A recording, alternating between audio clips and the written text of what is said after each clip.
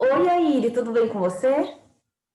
Oi, Sani, boa tarde. Mais uma vez a gente está aqui para fazer o estudo. Eu estou bem. Só de pensar que a gente vai estudar a Bíblia já fico mais feliz. E Ai, você que está bom. bem? Eu tô bem também, graças a Deus. Estou bem, tô Que tranquila, bom. feliz. Que bom. Vilu está com você? Tá trabalhando ali na cozinha e eu aqui com você no quarto. Que Pra- bom. Depois dá um abraço para ele, tá? Certo. Bom, Hoje é você que ora. isso, então vamos lá. Senhor, muito obrigada por esse momento. Eu gostaria de agradecer, Senhor, pela criatividade de Aide a conseguir conviver de maneira divertida com os últimos acontecimentos da vida dela, que ela realmente está sendo muito forte diante de tantas situações adversas que existem.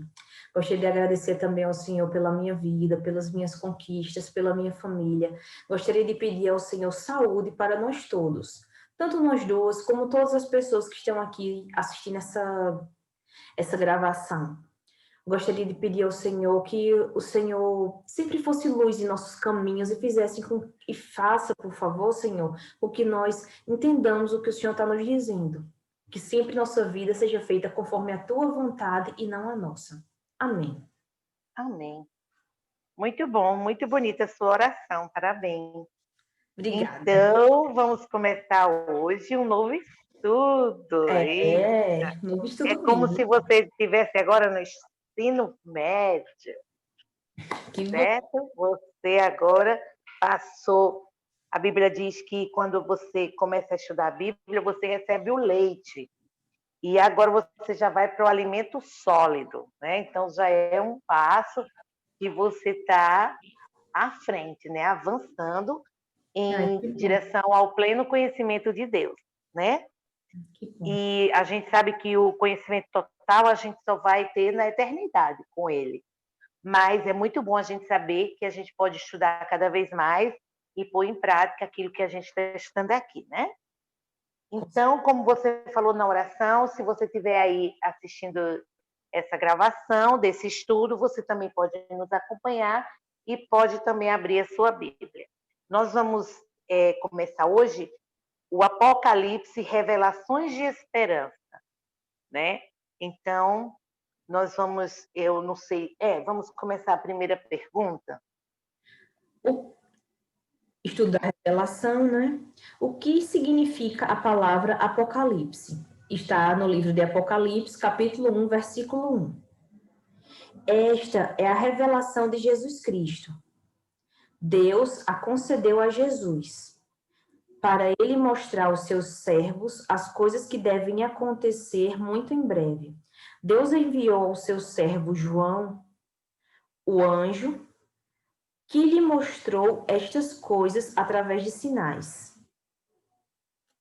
Ou seja, Apocalipse significa revelação, né? O livro vai Revelação. E revelar. assim, ele revela a personalidade de Jesus. Ele revela a personalidade de Jesus, o seu poder, seu ministério e o seu propósito, né? Até um dia desse minha irmã estava falando, por que botou um nome tão estranho, né? Apocalipse, porque quando a gente ouve esse nome, dá um certo, Medo, né? pelo menos em mim. Apocalipse, dá um medo ou dá uma, o que é isso, né? Mas é incrível que Apocalipse signifique revelação de Jesus Cristo, né? Não é uma revelação do São João, né? Do João que escreveu. Deus notificou ao servo João para João ver as coisas que estavam reveladas a respeito de Jesus, do seu caráter, da sua personalidade, do seu ministério e seu propósito. E João escreveu. Quer dizer que foi uma visão, né, que ele teve. Ele teve essa visão para mostrar as coisas que iriam acontecer no futuro, né? Num futuro próximo a João ou um futuro mais longe, que é onde a gente está chegando, né? Que a gente já estudou antes, que para Deus estar perto, quando diz assim, estou voltando, breve vou voltar, para ele não tem essa dimensão do cronos, né? Do tempo nosso. O tempo de Deus é diferente, que a gente já estudou sobre isso. Então, ele está perto, ele está às portas. Para ele, um minuto é como 1000 anos. Então, para ele está perto de voltar. O que a gente tem que fazer é estar preparado, né? Estar atento aos sinais Cada dia, né? e cada dia. Muito bem, Sânia. Vamos para a segunda? Ficou alguma dúvida? Não, não. Só uma coisa só para complementar o que você falou. Tem um filósofo que eu assisto que ele sempre diz, é aquela coisa, todos os dias. Como tomar banho? Você tomou banho hoje, parabéns, mas amanhã você tem que tomar banho de novo. É a mesma coisa o quê? De se preparar, de ser uma pessoa melhor. Se você hoje for uma pessoa boa, parabéns, amanhã seja de novo. Não é? Não é? Não é uma coisa, pronto, eu tomei banho hoje, já estou limpa, né? Para sempre. Não. Sempre. Eu Não, comi hoje, não preciso comer mais. Não, é muito bem colocada a sua analogia aí, a sua metáfora aí, sei lá, sua comparação, que realmente tem coisas que a gente tem que fazer todos os dias e se preparar para a volta de Jesus é uma delas. com certeza. Parabéns, olha, outro confere para você. Ai, obrigada. 2. Que afirmação Jesus faz quanto àquele que estuda o Apocalipse? Está no livro de Apocalipse, capítulo 1 também, e no versículo 3. Feliz aquele que lê e aqueles que escutam as palavras desta profecia, se praticarem o que nela está escrito, pois o tempo está próximo. Que foi até o que você Muito bem, falou na outra vez, né? Que o próximo a de gente viu 1000 anos, mas para ele está isso, tá próximo, né? Então, bem-aventurado aquele que lê, aquele que ouve, aquele que guarda. Eu acho bonito isso, porque se uma pessoa disser assim, eu não sei ler, então ela não tem desculpa porque ela pode ouvir. E se a pessoa for surda, ela também não tem desculpa porque ela pode. Se a pessoa for surda e não souber ler, ela pode guardar, né? As palavras que estão escritas Ou seja, aqui não nesse importa, livro. né? Ela pode fazer a parte dela. É, dela, né? Então, Muito assim, importante. a gente vê que Deus deu todas as chances, assim, abriu todas as, como é que eu posso dizer, as portas para a pessoa, possibilidades, muito bem. Deus abriu todas as possibilidades para a gente conhecer as coisas, né, que Ele vai realizar e o seu propósito. Então, não tem desculpa, né? É Tem verdade. mais alguma coisa Não, que você tem vamos para a lido terceira. assim para Não, tá bom. Não, nos tá ótimo. enriquecer? Muito obrigada pela pergunta, mas está muito bom. 3. Por que podemos acreditar nas Escrituras Sagradas? Está na segunda carta a Pedro, capítulo 1, versículo 21. Vamos lá. Aqui. Pois a profecia jamais veio por vontade humana. Pelo contrário, impelidos pelo Espírito Santo, os homens falaram como porta-vozes de Deus. Muito bem. Eles falaram movidos, né, pelo Espírito Santo de Deus e a gente, eu acredito nas Escrituras porque as Escrituras Sagradas não vêm da particular elucidação ou interpretação humana, ela vem da inspiração, da vontade de Deus agindo na mente humana, né? E eu acho isso É muito mesmo? bonito mesmo a gente saber que tem um Deus que se preocupa com a gente, né? Que muitos anos antes da gente existir, ele preparou esse livro, ele inspirou os homens, né?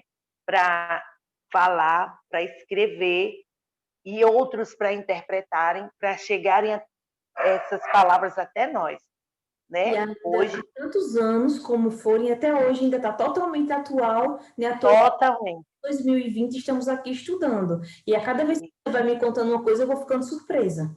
Como, por exemplo, que Apocalipse é a personalidade de Jesus, a revelação. Sabia que era o livro da revelação, ponto. E você... Sim, mas do que revela, né? O que revela? Eu não sabia o que era não, que revelava. Sabia que era revelação e já estava achando que eu sabia demais. Já estava, né? Olha Por só, isso que você entrou agora no ensino médio. ainda bem. Ah, 4, vamos à quarta. vamos lá. Para compreender a Bíblia, em especial o Apocalipse, Qual deve ser a nossa atitude? A 4 vai estar em Lucas, capítulo 24, versículo 27. Então, começando por Moisés e continuando por todos os profetas, Jesus explicava para os discípulos todas as passagens da Escritura que falavam a respeito dele. Muito bem. Então, qual deve ser nossa atitude quando a gente vai, para a gente compreender a Bíblia, em especial o livro de Apocalipse? Ele começava a discorrer o que é Moisés. Os livros de Moisés são os primeiros, né? Então, para entender os últimos, a gente tem que chegar primeiro lá na frente. É como você foi para o ensino fundamental, agora está no médio. Se você não entender as coisas lá de trás, fica difícil para você chegar no Apocalipse, né? Porque tem muitos símbolos, muitos nomes. Então, Jesus ele começava por Moisés, discorrendo por todos os profetas e vinha explicando tudo a seu respeito. Então, a gente não está com Jesus aqui pessoalmente, mas a gente já começou a estudar, né? Lá de Moisés, já vimos alguns profetas, algumas profecias, e estamos agora no livro de Apocalipse. Não, porque E antes de passar... Sim, fala. De maneira geral, o que é que eu sabia? Que o Antigo Testamento falava sobre a vinda de Jesus e o Novo Testamento sobre a vida de Jesus. Mas aí, no caso, por isso que eu fiquei tão surpresa com a revelação da personalidade de Jesus, por, no caso, ser mais específico. Isso. Eu tinha medo. Como é que a pessoa pode ter medo de saber a personalidade de Jesus, né? De Jesus, né? É verdade. É muito interessante isso. Falando sobre isso, o Velho Testamento fala assim, da vinda de Jesus como um bebê, né? Que ele virá como um bebê, e isso já aconteceu. E o Novo Testamento sobre a volta, e o Apocalipse fala da volta, do propósito dele eterno, de tudo que ele vai fazer nos fins dos tempos, e sobre a personalidade que é, assim, tipo assim, eu vou conhecer Jesus na verdade, né? Eu vou morar com o Sani para conhecer a personalidade dela, né? Estou muito gaguejando hoje. Não, E é muito interessante isso. É muito bom estudar a Bíblia, porque, por exemplo, eu sou instrutora, mas eu estou aprendendo com você, entendeu? Porque é muito bom. Quanto mais a gente estuda, mais a gente aprende. E falando aí sobre você, eu queria que você mostrasse aí sua Bíblia aí para as pessoas. Mostre um pouquinho, levante um pouquinho aí os papeizinhos. Olha aí. Ela comprou uma Bíblia nova, né? Ou já era outra? É a outra ou é a nova? Que eu tinha mesmo, que está até com o primeiro. Do amor, né? Do primeiro amor. Agora mostre que você marcou todas as passagens antes, para as pessoas fazerem isso. Olha, é uma dica muito importante. Essa dica aí. Já tinha marcado do som mas ela marcou e marcou com um papelzinho, tudinho, né? Colocando o que a gente ia ler. Então, isso ajuda o quê? Ao tempo, né? Que às vezes a pessoa é muito ocupada, tanto o instrutor como a pessoa que está fazendo o estudo. Então, isso é uma dica muito importante que a gente está passando para você aí, que está vendo o nosso vídeo, tá? Fica a dica. Hashtag, né, não, Fanny? Fica a dica. Então, dá um like aí, você que está vendo esse vídeo. Isso aí. Vamos para a quinta?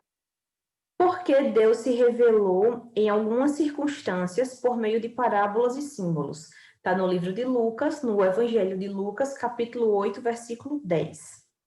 Jesus respondeu: a vocês foi dado conhecer os mistérios do reino de Deus, mas aos outros ele vem por meio de parábolas, para que olhando não vejam e ouvindo não compreendam. Eu não entendi. Isso aqui é um pouquinho confuso. Olha, porque Deus se revelou em algumas circunstâncias por meio de parábolas, ele se revelou, quando ele estava aqui, por meio de algumas parábolas e símbolos, para que aquelas pessoas que estavam ali só de ouvir, eles não queriam seguir Jesus, eles estavam ali só para ver um ponto fraco dele, então eles não entendiam.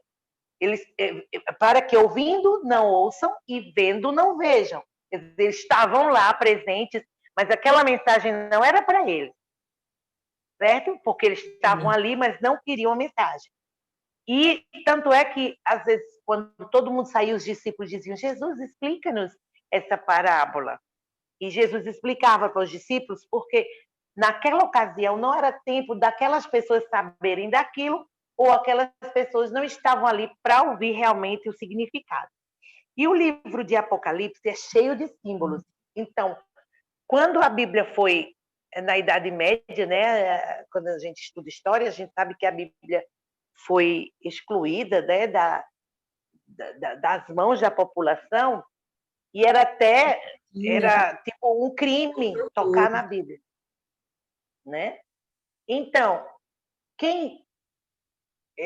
como o livro foi feito com símbolos, e até tem uma profecia em Daniel que diz: sela o livro, que esse livro não é para agora, é para o tempo do fim.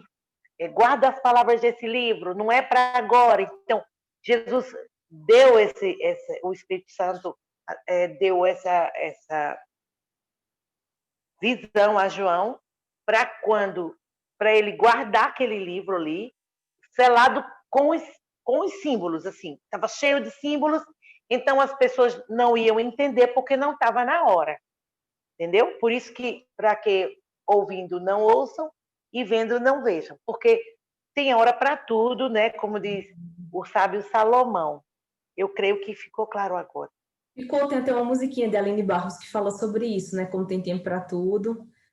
Eu não lembro como é, mas tem tempo de orar, tem tempo de falar, tem tempo de tudo. Não lembro. Mas é uma música até que tem. Por isso que eu lembro. A música eu lembro que eu passava para Davi. Isso. Né, porque às vezes é hora de comer, a gente quer assistir. É hora de assistir, a gente quer brincar. É hora de trabalhar, a gente quer ver TV. Então, a gente está sempre fazendo as coisas trocadas. Então, a gente sabe que tem tempo para tudo. Bíblico, então, a gente tem que estar focado no estudo bíblico, porque é nosso focada. Viver o seu momento. Isso é bíblico. As pessoas... E assim, às vezes o psicólogo avisa a gente, fala uma coisa, e a gente, quando vai ver, tem base bíblica. Né? É incrível isso. Quanto mais a gente aprende, mais a gente vê como tem muito a aprender. É lindo. Verdade, muito bom. Para a próxima? Então, qual é agora? A 6? A 6. Entre os símbolos, como você acabou de dizer, do Apocalipse, o que significa o cordeiro? Está em Apocalipse 5, versículo 6. Aqui. De fato, vi um cordeiro. Estava entre o trono com os 4 seres. Desculpa, com os 4 seres vivos. E estava de pé como que imolado. O cordeiro tinha 7 chifres e 7 olhos, que são os 7 Espíritos de Deus enviados por toda a terra. 5, 6. Deixa eu só ver aqui a minha tradução. 5, verso 6, é? É, Apocalipse, capítulo 5, verso 6. O seu tem aí o cordeiro que tinha sido morto? Eu acho que eu estou no versículo errado. Mas não, tá certo. 5, 6. De fato. O meu diz assim: então vi no meio do trono um cordeiro que, como tendo sido morto, né? Em pé, ele estava em pé. Imolado significa morto? Imolado é morto. Até Jesus morrer, eles imolavam um cordeirinho como um sinal de pedir perdão pelos pecados, né? Um cordeiro morria no lugar do pecador. Então, Jesus é aquele cordeiro que foi imolado, né? Que foi morto. Aqui no livro diz assim, que Jesus venceu o pecado como um cordeiro. Foi como um cordeiro que ele redimiu a todos. O cordeiro tem uma coisa importante na morte do cordeiro, para quem conhece e já matou cordeiros, eles não berram. Eles morrem sem berrar. Eles são mudos, se chama ovelha muda, né? Isaías diz que Isaías 53 diz que Jesus foi levado ao matadouro como ovelha muda. Então, como ovelha muda, ele venceu. Como ovelha muda, ele morreu. Ele não berrava. Como as ovelhas, elas não berram. Os bodes não, as cabras berram, fazem aquele estardalhaço. Mas Jesus era uma ovelha muda. Ele morreu inocente, né? Como aquela ovelha que era imolada num sacrifício, que a pessoa degolava aquela ovelha, ela morreu ali, Jesus morreu mudo também. Diz que no céu eu aprendi isso há pouco com o professor Rodrigo Silva, se você quiser segui-lo, ele é um arqueólogo e teólogo. Ele falou que lá no céu vai ter tipo uma marca aqui, como uma cicatriz em Jesus, como se fosse se ele tivesse sido imolado pelo De tantos pescoço. cordeiros que foram imolados, né? É uma coisa bem, bem bonita e triste, né? Porque no céu não vai ter nenhuma lembrança do pecado, mas a marca aqui do cordeiro. Eu queria chamar aqui um teólogo para falar aqui um pouquinho. Pode vir aqui? Quer ver? Falar aqui sobre essa resposta aqui para ajudar ela. Entre os símbolos do Apocalipse, o que significa cordeiro? Vem cá. Aqui, ó. Olha aqui os teólogos. Aqui. Deixa eu ver. Tudo bem? Aide, tira o fone, né? Pai. Oi, tudo peraí. Oi, tudo bom? Fico muito feliz de estar falando com o senhor, viu? Muito feliz em vê-lo aí em pé, andando de volta à sua casa. Que bom. Que bom. Fico feliz mesmo, graças a Deus. Fico muito feliz. Também fico feliz. Fico feliz que você está estudando a Bíblia. E a professora, estou vendo que ela é estudiosa, inteligente, né? Graças a Deus. Mas o símbolo do cordeiro sempre foi o símbolo de Cristo, desde o Jardim do Éden, né? Quando Deus pediu o primeiro culto, lá no Jardim do Éden, Caim e Abel, e aí Deus pediu que eles oferecessem um cordeiro, porque eles não tinham méritos, eles estavam condenados à morte eterna. Precisava de um ato de justiça. O salário do pecado é morte. E aí Deus falou, em vez de você morrer, eu vou morrer no seu lugar. Então, a morte do cordeiro sempre foi um símbolo da vinda do Messias para morrer em nosso lugar. Então, imagina um amor infinito de Deus para com a gente, né? Então, falou, você foi enganado e eu não quero que vocês morram, porque Satanás, ele pensava, se enganar o homem, Deus está perdido. Porque se ele matar, eu vou condenar Deus porque ele está matando o inocente. Se não matar, eu vou dizer que ele não está cumprindo a justiça. Mas ele não imaginava que o Messias ia vir no lugar do ser humano e pagar o preço. Não, então, com certeza. A redenção é muito linda. Não, Deus é maravilhoso. Eu nunca tinha pensado nisso. Que realmente um matou o outro, né? E Deus ainda vai morrer no nosso lugar, em tantas coisas que a gente faz. É verdade. É muito lindo. E aí o preço infinito pela nossa salvação. Ele nos ama com amor eterno. Uma coisa que a gente não consegue nem imaginar. Mas parabéns, que Deus te abençoe aí. Amém. Continue estudando. Também. Deus muita saúde. lhe ama muito. Deus lhe ama muito e ama a todos nós. Amém. Tá bom? Tchau. Tchau. Foi um prazer falar com o senhor. Muito obrigada. Olha aí, aula interativa, a gente chama os teólogos, aqui a gente tem livros para pesquisar, tem teólogos, tem a Bíblia, e tem o Espírito Santo aqui nos iluminando, porque realmente estudar a Bíblia, né, requer muita atenção, muita profundidade, né, que a gente não está estudando a Bíblia superficialmente. A gente está fazendo um estudo mais profundo. Ficou alguma dúvida, querida? Não.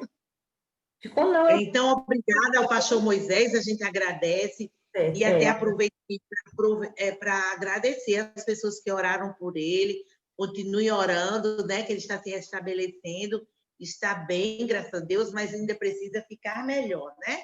Porque a saúde é uma coisa muito importante. Vamos para a 7? Vamos. O que significa dragão no Apocalipse? Apocalipse, capítulo 12, versículo 9. Esse grande dragão é a antiga serpente. É o chamado diabo ou Satanás. É aquele que seduz todos os habitantes da terra. O dragão foi expulso para a terra, e os anjos do dragão foram expulsos com ele. Então, o dragão em Apocalipse é aquele mesmo lá, aquele mesmo que era a serpente, que tentou Eva, que fez com que Eva comesse do fruto e desse para Adão. E hoje a gente está aqui com a... Ele deu a falsa informação que quando ela comesse do fruto, ela ia ser igual a Deus, conhecedora do bem e do mal. E os nossos primeiros pais já eram a imagem de Deus. Eles tinham sido feitos à imagem de Deus. Não precisava deles serem iguais a Deus. E não precisavam conhecer o mal. Né? Então, ele deu uma falsa ilusão, dizendo que se ela comesse, ela ia ser igual a Deus e conhecer o bem e o mal. Que fatídica escolha que ela fez, né? Escolher fazer o que Deus... desobedecer a Deus e fazer o que a serpente mandou. Então, esse dragão é a antiga serpente, o diabo é Satanás, né? É ela que foi expulsa do céu naquela briga que a gente falou, um dos primeiros estudos que houve batalha. Como é que ela faz isso? Só que a gente pensa, e a gente na frente dela, se fosse a gente, com o próprio às vezes conversando. Assim, se nós, seres humanos, já conseguimos falar coisas para levar literalmente as pessoas na lábia, como se diz, imagina o Satanás. Sim. O mais astuto de todos, né? Esperto assim no sentido mal, porque hoje em dia eles estão levando, quando uma pessoa enrola as outras, chama de esperto. Mas esperto era para ser uma coisa boa e não ruim, né? E ele foi esperto no sentido, todas as aspas, como diz Pedro Bial, porque ele fez assim, com essa expertise, né? Não sei nem como é que dizer isso. Ele fez com que a morte passasse a todos os viventes. Passasse para mim, passasse para você, para o meu filho, para o meu neto, para o seu filho, para o seu neto, sua neta. Então, essa bela ilusão que ele colocou no coração de Eva, na mente de Eva, só levou ao caos, né? Não levou a nada de bom. A gente já era a imagem de Deus, a gente não precisava mais nada, né? E então a pergunta é, o que significa dragão no Apocalipse? Dragão é o próprio diabo, né? É o Satanás que foi expulso do céu. Que a gente sabe que ele era um anjo, mas se rebelou e tal. Então, ele é dragão. Outros anjos. Bom? Tá bom. Vamos lá. 8, né? O que significa águas no Apocalipse? Capítulo 17, versículo 15. O anjo continuou a me explicar. Você viu aquela prostituta que está sentada perto de muitas águas? Essas águas são povos, multidões, nações e línguas diversas. E também então, o livro de Apocalipse, ele é assim, ele fala uma coisa e às vezes ele explica logo no verso e às vezes ele explica mais adiante. Então, aqui, ele já diz, é porque eu estava olhando aqui no livro, deixa eu ver, deixa eu ler, é o 15, né? Isso. Falou-me ainda, as águas que viste, onde a meretriz está assentada, são povos, multidões, nações e línguas. Então, quando fala em águas no Apocalipse, são gente, são pessoas de várias nações. E a meretriz, a gente vai aos poucos desvendando os mistérios. Tá? Bom, porque já está no 17, Veja que a primeira lição foi Apocalipse 1, 12, 17. Então, a gente tem que ir por etapa, tá bom? Essa meretriz, que também você vai aprender o que significa, ela está sentada em cima das águas. Ela está, o que é sentada? Ela está comandando povos, certo? Aí depois a gente vai aprender quem é ela. Ela é uma mulher, uma prostituta, uma meretriz que está sentada. Quando eu sento em cima de uma coisa, eu estou comandando, subjugando, né? Então, eu estou sentada em cima... Eu não. Ela está sentada em cima dessas águas. Então, ela está o quê? Comandando. Tem poder sobre os povos. Tá bom? Entendi. Uau. Porque a pergunta que são águas. Então, a gente vai responder só essa agora. Tá bom. As águas são povos e tem uma pessoa comandando os povos. Quem daqui será? a pouco, nos próximos... Eita, pode ser cenas dos próximos capítulos. Exato, dos próximos capítulos. Bom, mas vamos lá, né? 9. Vamos. Que advertências Deus nos faz ao interpretarmos as profecias? Está na segunda carta a Pedro, capítulo 1, versículo 20. É isso? É. Antes de... Tá bom, espero. Vá. Antes de mais nada, saibam disto. Nenhuma profecia da Escritura provém de interpretação particular. Uau! Isso é um... A gente até já viu antes, né? Isso que homens santos falaram da parte de Deus. Então, a advertência que Deus faz a respeito das profecias é que nenhuma profecia pode ser vinda assim, tipo, do nada, como diz meu neto, eu acordo e faço uma profecia. Não. Entendeu? Eu chego para você e dou uma profecia com relação à sua vida, dou uma profecia com relação ao mundo, dou uma profecia. A gente pode sonhar, a gente pode desejar. Pronto, eu digo assim, ai, Sandra, espero que você seja feliz, tenha muitos anos de vida, um amor maravilhoso, que Deus seja com seu filho. Né? Isso eu estou profetizando, mas eu não estou fazendo profecia, tipo assim, que vá, tipo assim, dizendo assim, não, é aquilo e acabou. Né? Eu estou só desejando o que tem no meu coração. É diferente de alguém chegar e dizer assim, Jesus volta amanhã. Aí faz uma profecia. Os adivinhos, né? Que fazem... Sim, adivinhos que dizem assim, vai acontecer, você vai ganhar na loteria amanhã, amanhã você vai pisar numa bolsa de dinheiro. Né? Eu quero pisar numa bolsa de dinheiro, mas assim, eu posso até profetizar, mas nunca vai acontecer, porque não foi o Espírito Santo que me disse.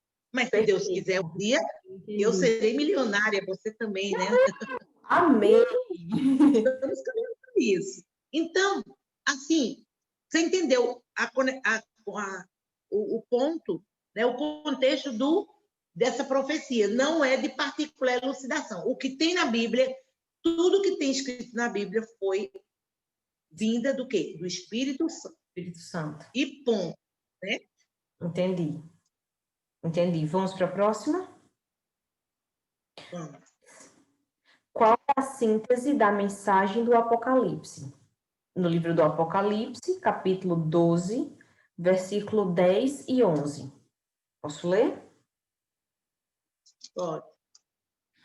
Ouvi então uma voz forte no céu proclamando: agora realizou-se a salvação, o poder e a realeza do nosso Deus, e a autoridade do seu Cristo, porque foi expulso o acusador dos nossos irmãos, aquele que os acusava dia e noite diante do nosso Deus. Eles, porém, venceram o dragão, pelo sangue do Cordeiro, e pela palavra do testemunho que deram, pois, diante da morte, desprezaram a própria vida. Muito bem. Então, o que significa isso? Qual é a síntese? a síntese de um filme, a síntese de um livro, não é assim? Estou até fazendo um livro e estou já preparando a minha síntese para colocar nas orelhas, né? E da parte de trás, que quando o leitor for virar, ele já vai gostar ou não. E você até está me ajudando nessa parte. Então, aqui diz assim, que acusador dos nossos irmãos. Quem você acha que é o acusador dos irmãos? Satanás? Satanás. Então, é obra dele acusar. Porque ele faz a gente pecar e depois acusa diante de Deus. Né? Ele faz a gente pecar e acusa. Faz a gente pecar e acusa. Então, é obra de Satanás criticar. Ele nunca para de acusar o povo de Deus. Ele acusa dia e noite. Os anjos louvam a Deus dia e noite, mas Satanás acusa dia e noite.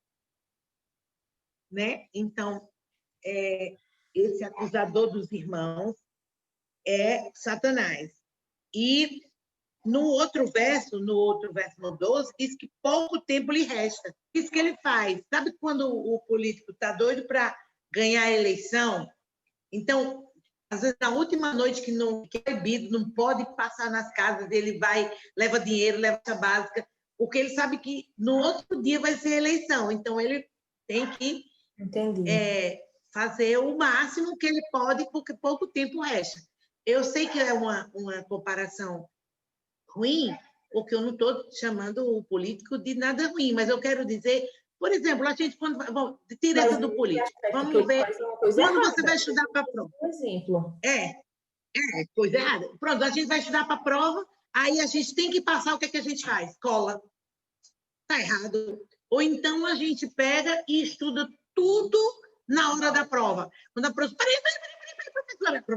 Você é professora, sabe? Tem aluno que está na hora da prova, você distribui nas provas, está estudando.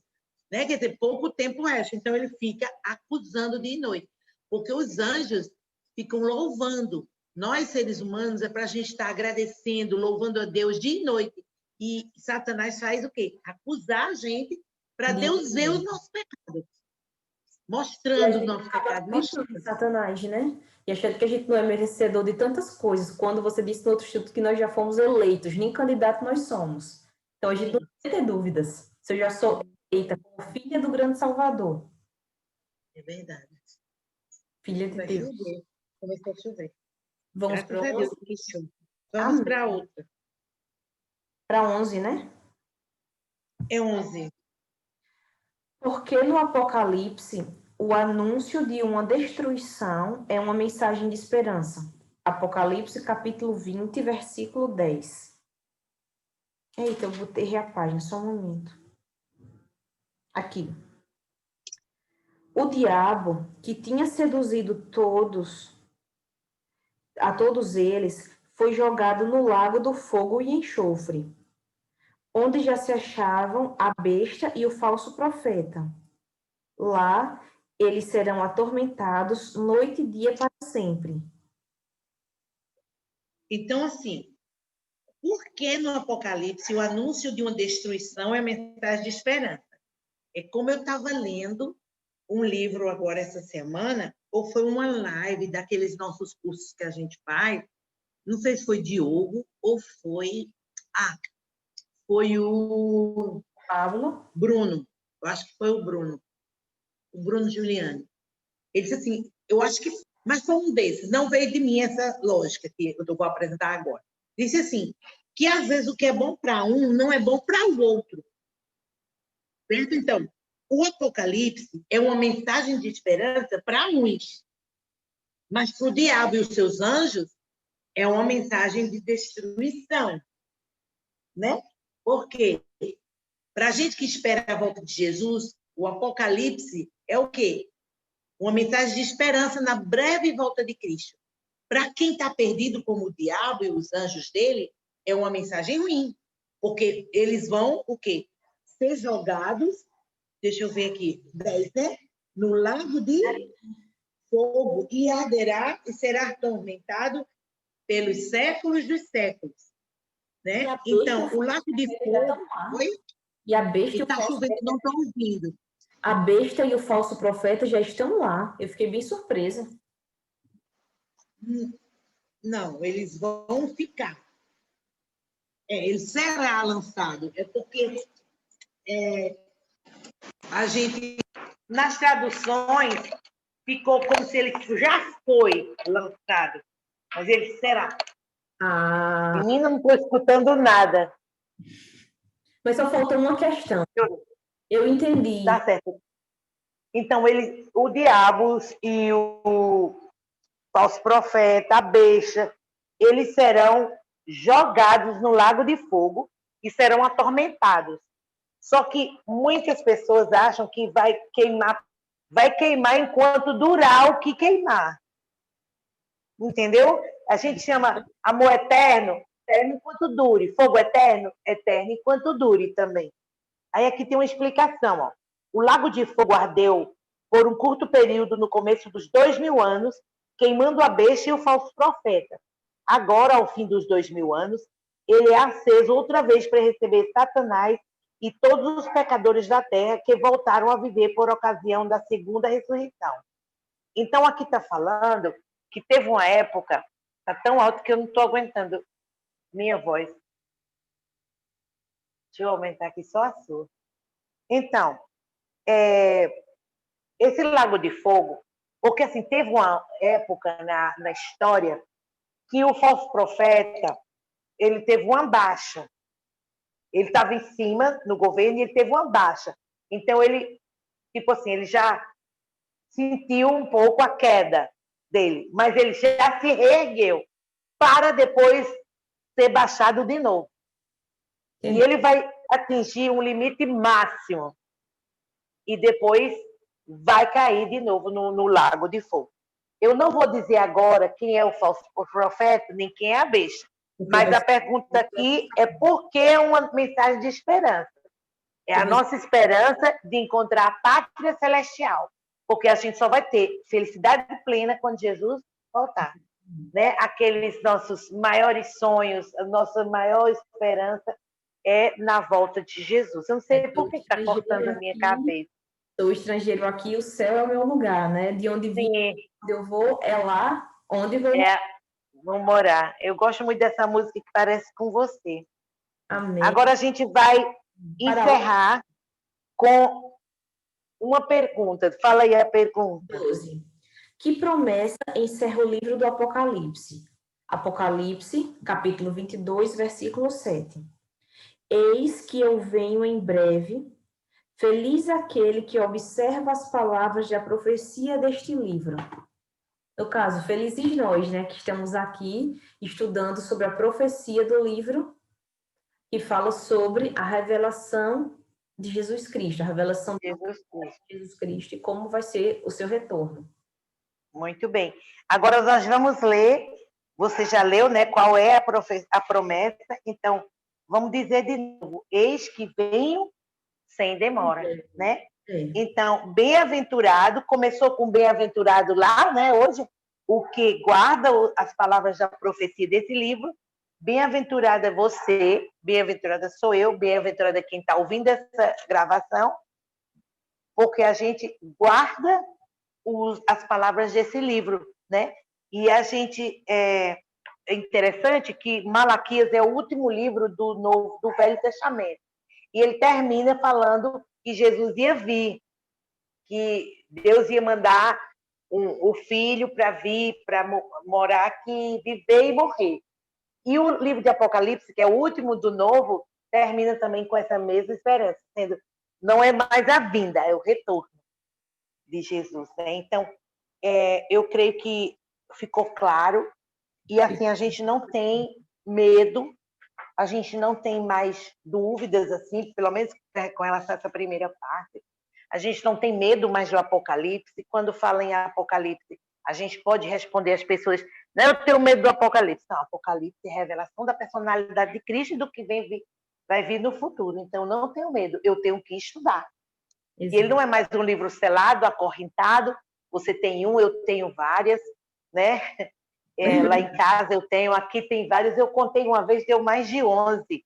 Eu acho que eu não contei todas. Então, vamos ver E para terminar, que era no início, mas eu esqueci, mas eu estava com esse plano. Eu queria mostrar a vocês aqui uma foto do meu netinho, que veio aqui, mas já retornou. Então, esse foi um dos momentos mais felizes da minha vida, quando eu pude, depois de quase 10 meses de distanciamento, eu pude vê-lo, né? Nesse tempo que tem meninos correndo 3.000 quilômetros para ver a avó, né? Que passou no jornal, e o menino correu com o pai 3.000 quilômetros para ver a avó. Esse aqui também voou 3.000 quilômetros para me ver. E foi maravilhoso. Então, eu quero dizer a vocês que estão longe dos seus parentes, que tenham fé, tenham esperança, que a gente ainda vai poder se encontrar. E se a gente não puder se encontrar aqui, nós vamos nos encontrar no reino dos céus. Amém? Amém. Pois aí, de muito Deus abençoe. um ótimo final de semana. Tchau. Tchau.